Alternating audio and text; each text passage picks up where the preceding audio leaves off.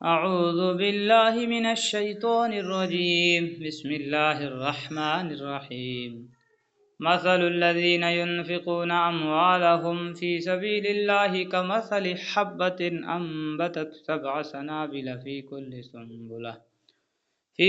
سنبلة 100 حبة والله يضاعف لمن يشاء والله واسع عليم۔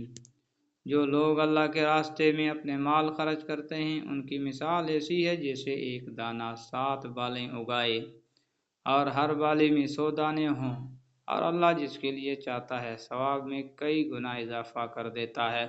اللہ بہت وسعت والا بڑے علم والا ہے۔ اللہ کے راستے میں خرچ کرنے سے 700 گنا ثواب ملتا ہے، اور اللہ تعالیٰ جس کا ثواب چاہیں اور بڑھا سکتے ہیں۔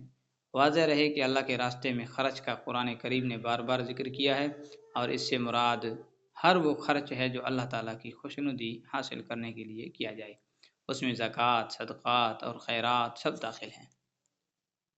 الذين ينفقون أموالهم في سبيل الله ثم لا يتبعون ما أنفقوا منا ولا أذى لهم أجرهم عند ربهم ولا خوف عليهم ولا هم يحزنون۔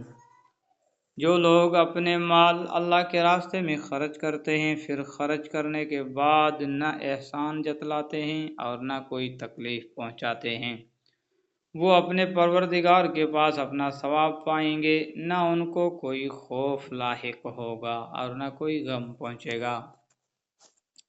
قول معروف ومغفرۃ خیر من صدقۃ یتبعها اذی واللہ غنی حلیم۔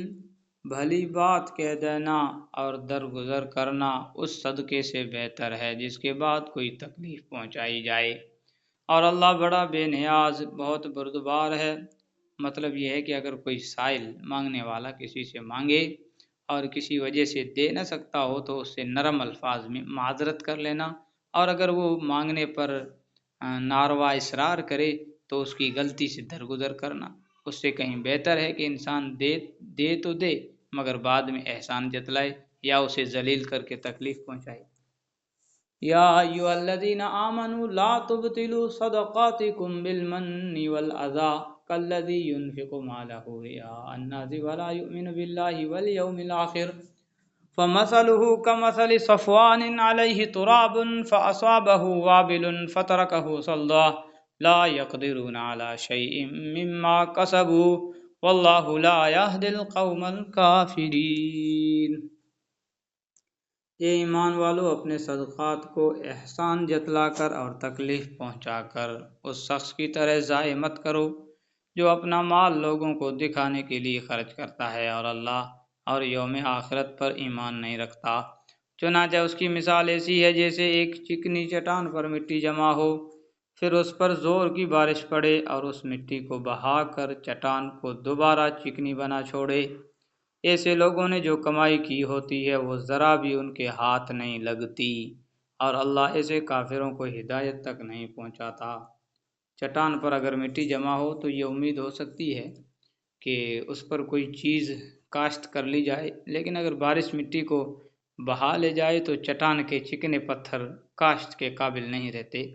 اسی طرح صدقہ خیرات سے آخرت کے ثواب کی امید ہوتی ہے، لیکن اگر اس کے ساتھ ریاکاری یا احسان جتلانے کی خرابی لگ جائے تو وہ صدقے کو بہا لے جاتی ہے اور ثواب کی کوئی امید نہیں رہتی۔ وَمَثَلُ الَّذِينَ يُنْفِقُونَ أَمْوَالَهُمُ ابْتِغَاءَ مَرْضَاتِ اللَّهِ وَتَثْبِيتًا مِّنْ أَنفُسِهِمْ كَمَثَلِ جَنَّةٍ بِرَبْوَةٍ أَصَابَهَا وَابِلٌ فَآتَتْ أُكُلَهَا ضِعْفَيْنِ فَإِن لَّمْ يُصِبْهَا وَابِلٌ فَطَلٌّ وَاللَّهُ بِمَا تَعْمَلُونَ بَصِيرٌ۔ اور جو لوگ اپنے مال اللہ کی خوشنودی طلب کرنے کے لیے اور اپنے آپ میں پختگی پیدا کرنے کے لیے خرچ کرتے ہیں، ان کی مثال ایسی ہے جیسے ایک باغ کسی ٹیلے پر واقع ہو، اس پر زور کی بارش برسے تو وہ دگنا پھل لے کر آئے، اور اگر اس پر زور کی بارش نہ بھی برسے تو ہلکی پھوار بھی ہلکی فنوار بھی اس کے لیے کافی ہے، اور تم جو عمل بھی کرتے ہو اللہ اسے خوب اچھی طرح دیکھتا ہے۔ اَيَوَدُّ أَحَدُكُمْ أَن تَكُونَ لَهُ جَنَّةٌ مِّن نَخِيلٍ وَأَعْنَابٍ تَجْرِي مِن تَحْتِهَا الْأَنْهَارُ لَهُ فِيهَا مِن كُلِّ الثَّمَرَاتِ وَأَصَابَهُ الْكِبَرُ وَلَهُ ذُرِّيَّةٌ ضُعَفَاءُ فَأَصَابَهَا إِعْصَارٌ فِيهِ نَارٌ فَاحْتَرَقَتْ كَذَلِكَ يُبَيِّنُ اللَّهُ لَكُمُ الْآيَاتِ لَعَلَّكُمْ تَتَفَكَّرُونَ۔ کیا تم میں سے کوئی یہ پسند کرے گا کہ اس کا کھجوروں کا اور انگوروں کا ایک باغ ہو جس کے نیچے نہریں بہتی ہو، اور اس کو اس باغ میں اور بھی ہر طرح کے پھل حاصل ہو، اور بڑھاپے نے اسے آپ پکڑا ہو اور اس کے بچے ابھی کمزور ہوں، اتنے میں ایک آگ سے بھرا بگولا آ کر اس کو اپنی زد میں لے لے اور پورا باغ جل کر رہ جائے۔ اسی طرح اللہ تمہارے لیے اپنی آیتیں کھول کھول کر بیان کرتا ہے تاکہ تم غور کرو۔ صدقات کو برباد کرنے کی یہ دوسری مثال ہے۔ صدقات کو برباد کرنے کی یہ دوسری مثال ہے۔ جس طرح ایک آگ سے بھرا بگولا ہرے بھرے باغ کو یکا یک تباہ کر ڈالتا ہے، اسی طرح ریاکاری یا صدقہ دے کر احسان جتلانا یا کسی اور طرح غریب آدمی کو ستانا صدقے کے عظیم ثواب کو برباد کر ڈالتا ہے۔ صدق اللہ العظیم۔